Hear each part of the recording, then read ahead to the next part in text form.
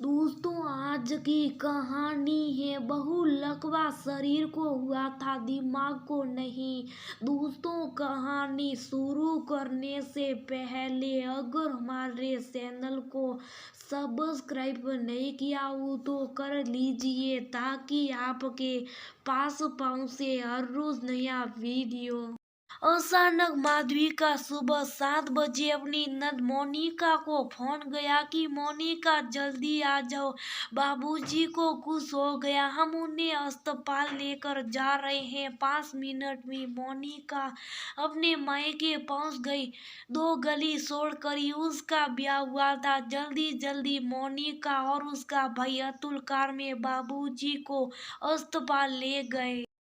वहां पता चला कि बाबूजी को अचानक लकवा हुआ है और उनके दाहिने हिस्से ने काम करना बंद कर दिया। 5 दिन के बाद बाबूजी को अस्पताल से छुट्टी दी गई और घर पर ही अतुल, मोनिका और माधवी को डॉक्टर ने कुछ व्यायाम के तरीके सिखा दिए, जिन्हें हर रोज दोहराने से धीरे धीरे शायद उनके शरीर वापस पुरानी हालत में आ सके। हर रोज जब मोनिका आने लगी, बाबूजी अब बहुत कम बोल पाते थे, चुपचाप बिस्तर पर पड़े रहते थे। माधवी बहुत ध्यान रखती थी, पर शायद मोनिका को बेटी होने के नाते अपनी भाभी पर यकीन नहीं था। सो हर रोज आकर ऐसे मुआयना करती जैसे कोई इंस्पेक्टर हो, यूं जताती मानो बाबूजी की फिक्र सिर्फ उसी। हालांकि मोनिका माधवी से छोटी थी, पर सासू माँ की अचानक मृत्यु के बाद मानो उनके घर की मुखिया बन गई थी। ससुराल पास होने की वजह से मायके की हर बात में टांग अड़ाना उसकी आदत थी। शुरू शुरू में तो अतिल भी अपनी बहन मोनिका की बातों में आ जाता था, पर माँ के जाने के बाद जब उसने माधवी को इतने अच्छे से घर संभालते देखा और स्वयं 1-2 बार मोनिका की झूठी शिकायतें देखी, तो वह सतर्क हो गया। हाँ, पर शुभ रहता, क्योंकि बाबूजी की आंखों पर पुत्री मोह का चश्मा चढ़ा हुआ था। माँ के जाने के बाद अतुल घर में कुछ दुख या कलेश नहीं सहता था। सो प्यार से माधवी को भी समझा देता और माधवी भी घर की सुख शांति के लिए शुभ रहती। वैसे भी जब एक स्त्री का पति उसकी सच्चाई को समझने लगे तो दुनिया क्या कहती है इसका फर्क नहीं पड़ता। हर रोज मोनिका के आने से पहले अतुल और माधवी मिलकर बाबूजी को नहला धुला कर नाश्ता करवा देते थे। मोनिका जब तक आती अतुल अपनी दुकान पर जा चुका होता था। मोनिका को चाय देकर माधवी बाबूजी को कसरत और व्यायाम करवाती। रात को भी दोनों बहू बेटा मालिश करते, दोनों ही कोई कसर ना छोड़ रहे थे।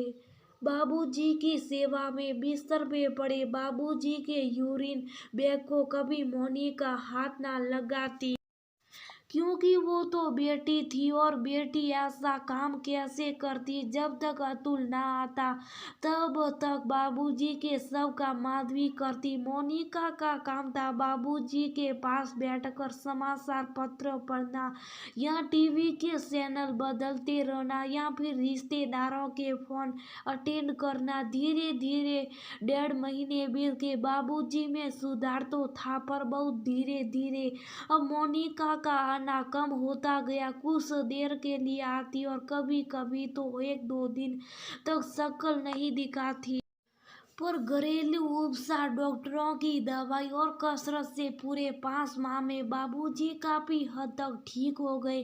अब तो उन्होंने अतुल के साथ अपनी दुकान पर भी जाना शुरू कर दिया। आज मोनिका आई तो पता चला बाबूजी बैंक गए, लाकर से कुछ निकाले। उसे याद आया कि कल माँ का जन्मदिन है और हर बार बाबूजी मोनिका को माँ के पड़े गहनों में से मोनिका को कुछ ना कुछ उपहार देते और माधवी को कुछ रुपये शगुन के तौर पर।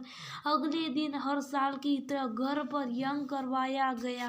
और पंडित जी के जाती बाबूजी के हाथों में माँ के सबसे भारी कंगन देखती मोनिका के बासे खिल गए और एक शगुन के लिफाफे में हर बार की तरह 1100 रुपये होंगे भाभी के लिए। पर ये कि आज बाबूजी ने शगुन का लिफाफा मोनिका की झोली में और कंगन माधवी की झोली में डाल दिए। बाबूजी आपने गलती से कंगन मुझे दे दिए, माधवी के कहती। बाबूजी ने उसे बीच में रोक दिया। बहुत लकवा शरीर को हुआ था, दिमाग को नहीं, बल्कि इस बीमारी ने तो मेरी आंखें खोल दी। तुम्हारी सास के जाने के बाद में आंखें मोड़कर अपनी बेटी के सच झूठ सब बातों पर विश्वास करता चला गया और तुम्हारे हिस्सा का सैन्य भी मोनिका पर लुटा दिया।